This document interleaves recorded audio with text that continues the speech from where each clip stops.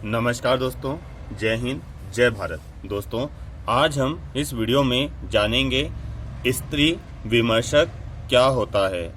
स्त्री विमर्शक पर टिप्पणी लिखिए। स्त्री विमर्शक रचनाएं किन्हें कहते हैं? स्त्री विमर्शक लेखक लेखिका कौन होते हैं?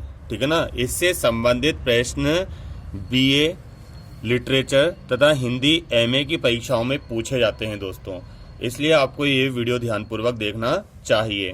तो हम देखते हैं। स्त्री विमर्शक का अर्थ होता है स्त्री को केंद्र बिंदु बनाकर रचना लिखने वाला।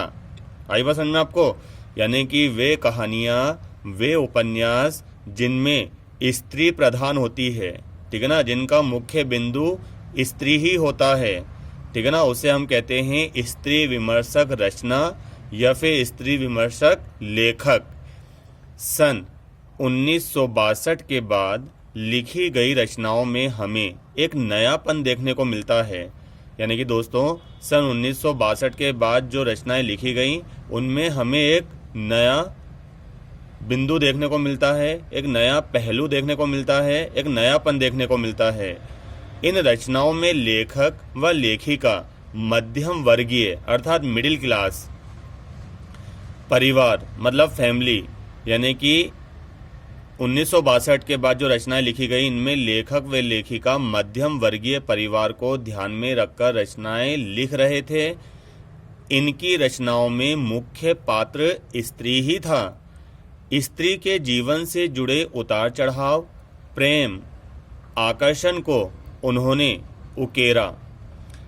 स्त्री विमर्शक रचनाकारों में उषा प्रियमदा, शिवानी, मालती जोशी, मनु भंडारी, मृदुला गर्ग, ममता कालिया, मृदुला गर्ग ये रिपीट हो गया दोस्तों, मोहन राकेश, राजेंद्र यादव, कृष्णा सोपती और फणीश्वर नाथ रेणु प्रमुख हैं दोस्तों। मालती जोशी की आपने कभी कहानी पढ़ी होगी, स्नेह बंध। इसमें एक पात्र है जिसका नाम है मीता। वो जो पात्र है वो नए रंग में रंगी हुई है, उसमें नयापन हमें देखने को मिलता है। मोहन राकेश के आधे अधूरे नाटक में भी जो पात्र है, जो स्त्री पात्र है, वो भी नए कलेवर में ढली हुई है दोस्तों। स्त्री विमर्शक आंदोलन को नई कहानी आंदोलन भी कहते हैं, ये आपको ध्यान रखना है। स्त्री विमर्शक आंदोलन को हम नई कहानी आंदोलन भी कहते हैं। स्त्री विमर्शक लेखकों ने स्त्री को एक नई आधुनिकता के रंग में रंगी हुई तितली की भांति प्रस्तुत किया है। यानी कि जो स्त्री विमर्शक लेखक हैं सारे के सारे, इन्होंने स्त्री को आधुनिकता के रंग में रंगा है और आधुनिकता के रंग में रंगी हुई वह तितली की भांति उसे प्रस्तुत किया है। इनकी कहानियों में स्त्री एक तितली की भांति प्रतीत होती है। इन्होंने स्त्री को भारत माता की छवि से बाहर निकाला है। यानी कि इन लेखकों ने स्त्री को भारत माता की छवि से बाहर निकाला है। यानी कि आपने देखा होगा मदर इंडिया, ठीक है, मदर इंडिया फिल्म देखी हुई तो उसमें जो स्त्री दिखती है आपको कैसी भारत माता के रंग में रंगी हुई है, परंतु इनकी कहानियों में हमें एक नयापन देखने को मिलता है।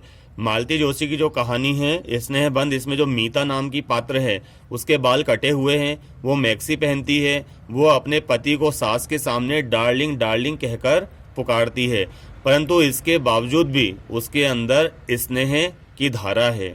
आखिर में वो अपनी सास का दिल जीत लेती है। उसकी सास को एहसास होता है कि मैक्सी, डार्लिंग, कटे बाल, इनके बारे में मैं कितना कुछ गलत सोचती थी। आई बात समझ में आपको? इस काल के स्त्री पात्र पढ़े लिखे होते थे। वे अपने अस्तित्व को ढूंढते नजर आते हैं, अपने अस्तित्व को ढूंढते नजर आते हैं। कहानी और उपन्यासों में स्त्री पात्र समाज की जंजीरों को तोड़कर स्वतंत्र होकर मुक्त गगन में उड़ती नजर आती हैं। ये स्त्री पात्र अल्हड़ जवानी की धुन में मदमस्त हैं दोस्तों। जब आप पढ़ोगे तो जानोगे। तो यही होता है स्त्री विमर्शक। धन्यवाद दोस्तों।